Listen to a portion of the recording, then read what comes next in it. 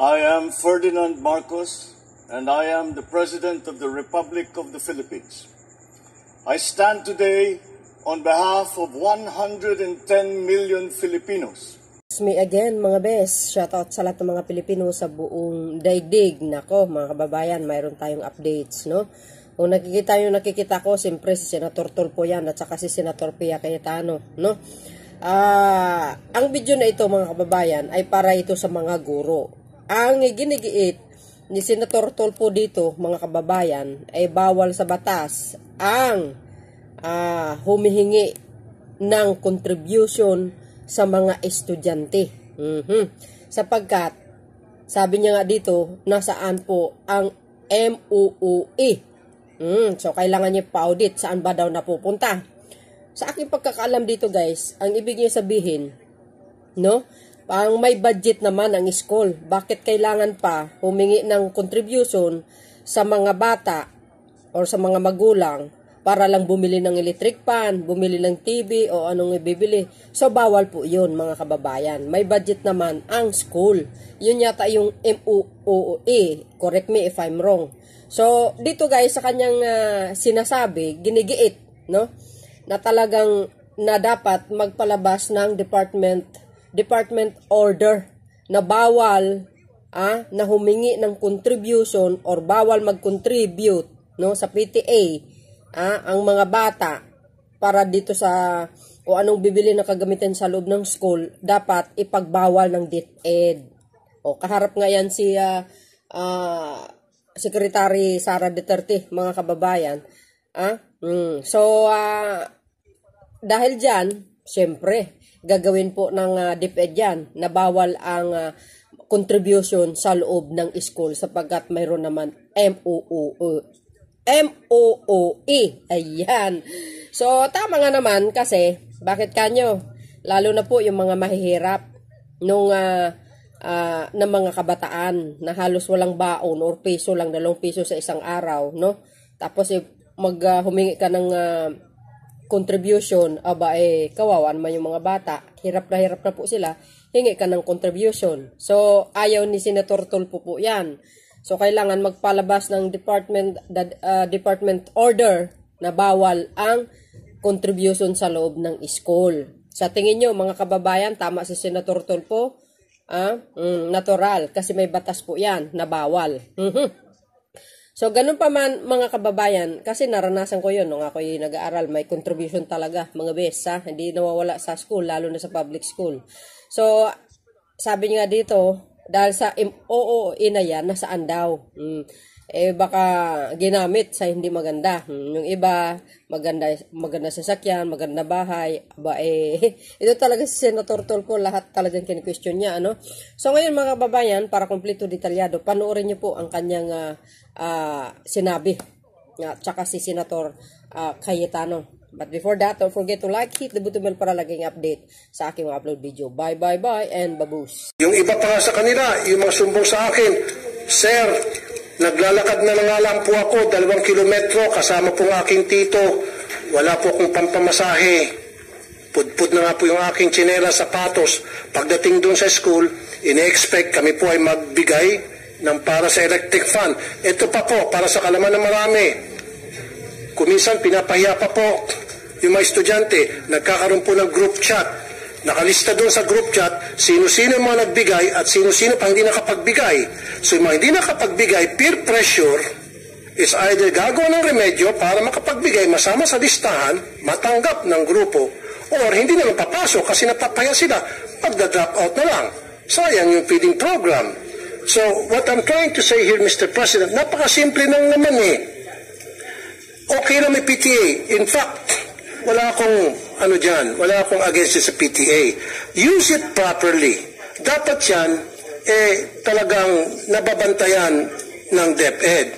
Dapat yung PTA, gamitin naman yan para pag-usapan po yung pong mga problema ng mga estudyante at mga guro para tingnan at i-monitor yung mga activities ng mga estudyante, yung kanilang academic performance. And this is the truth. Your Honor, siguro meron kang estudyante sa public school? May anak ka ba? Maybe wala. Or maybe may staff ka na nag-aaral sa public school? Because marami akong staff nag-aaral sa public school here in the Senate saka sa RTIA. At lahat sila nagsasabi na talagang pinipilit yung kanilang mga estudyante magbigay sa kontribusyon. Pag hindi ka nag-contribute, anong consequence? Hindi ka na maging paborito ng teacher. Ikaw ay pwedeng maiwan, ikaw ay mag-scrub ng sahig. Ikaw ang mag-erase ng mga nakasulat sa blackboard. Marami pa pagawa sa iyo. Pero kung ikaw nag-contribute, go home ka na, maganda pa ang grades mo. Yan po ang padalas na mangyari sa iba't ibang mga eskwelahan. At yan po documented. At yan po in-interview ko po lahat ng mga staff ko na may mga estudyante sa public school na nire-require po talaga sa PTA pa lamang, binoboto na agad kung ano yung mga pwedeng mai-contribute, ano pwedeng may ayos sa eskwelahan. Just imagine, Mr. President, Your Honor, every single year, kailangan mag-contribute ang mga estudyante para sa electric fund. Kung ipuni-puni natin yung contribution sa electric fund every year, siguro baka marami ng warehouse ng electric fund dyan sa DepEd, kung saan dinadala yung electric fund. My question also, Mr. President, Your Honor, di ba meron pong MOE para dyan sa electric fund na yan? Ba't kinakailangan pa pagbayarin yung mga estudyante sa electric fund, sa jobos, sa pintura, sa bond paper, maging sa, ito pa po, sweldo sa security guard, sweldo sa janitor, pati ba naman sa kuryente. And I understand, Mr. President, Your Honor, Madam, meron po tinatawag na Special Educational Fund, ang LGU. In fact, ang LGU nagbibigay din ng pera sa DepEd, Mr. President. Saan pupunta yung SEF? Now, my question is, maaari siguro ang problema hindi nakakarating sa mga eskwelahan ang MOOE. Saan napupunta yung MOOE? Kailangan siguro i-audit natin yung MOOE. Yan po ba ay nakakarating ng tama o baka naman nakakarating sa mga eskwelahan pero hanggang sa principal lang? Kaya may mga balita, si principal, magaganda mga bahay, magaganda mga sasakyan, pero sila teacher, kawawa. So si teacher gagawa ng remedyo at yun na lang, maningin sa mga estudyante. Agsoy, patay tayo dyan. Kaya nga po, sabi pa nga ng mga nakakausap ko po, doon sa mga listahan, I think we interviewed more than 100. Sabi, kaya nga po kami pumunta sa public school dahil wala po kami pambayad sa private school. Sila po ay mga tricycle driver, pedicab driver, labandera, kasambahay, factory worker, na mga underpaid, na maliliit lamang sweldo. Salamat nga sinabi ni Secretary Yusek Poa, and I commend you for saying that, yung programa niya na merong feeding program para hindi na po tumaas pa yung cases ng dropout para ma-entice yung mga magulang na papuntahin sa eskwela ng kanilang estudyante dahil meron ng pagkain. Gutom kasi sila, kaya hindi sila pumapasok, pero kung bigyan mo ng pagkain, papasok na sila. However, pagdating naman sa school, yung libreng pagkain, parang siningil mo lang dahil pagbabayarin mo para sa kung ano ng contribution. Sir, ano po yung tanong nyo?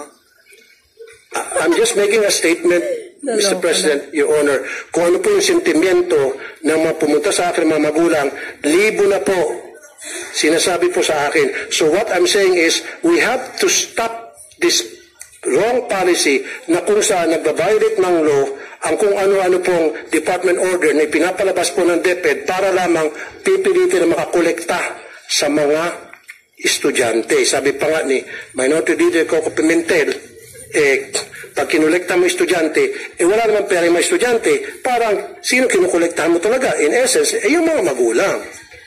So, for me, change that policy, wag na tayo mangkolekta, zero collection na talaga, voluntary or otherwise, tulad na nakalagay sa batas. Okay, except for Red Cross, Girl Scout, Boy Scout, and Barrio High School. Let's stick to what the law says. Stop na natin yan. Huwag na tayo magpalabas ng mga department order para we try to circumvent the law para makakolekta. Tuloy ang duda nito mga magulang, baka siguro gusto nilang magpalabas ng kung ano yung mga department order para makakolekta sapagkat gusto nilang yung MOE hindi na makarating sa mga eskwelahan.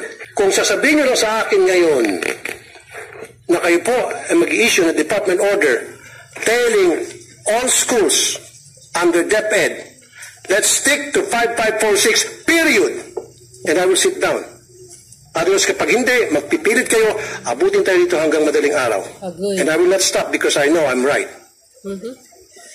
Mr. President, just a short response.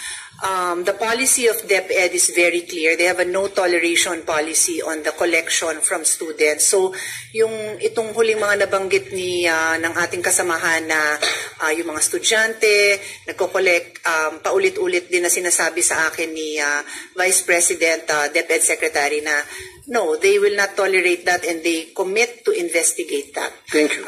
So clear po tayo dyan. I'd like to commend our colleague, Senator Tulfo, for raising this very important issue. We also took the opportunity to ask DepEd what actions, if any, have they taken upon receipt of similar complaints. And they confirmed that upon receipt of similar complaints, they have received similar complaints and they have actually suspended airing PTAs. So on that note, Your Honor, they are prepared to issue a department order strengthening the law. Thank you very much. Thank you. That's all, Mr. President, Your Honor. Thank you.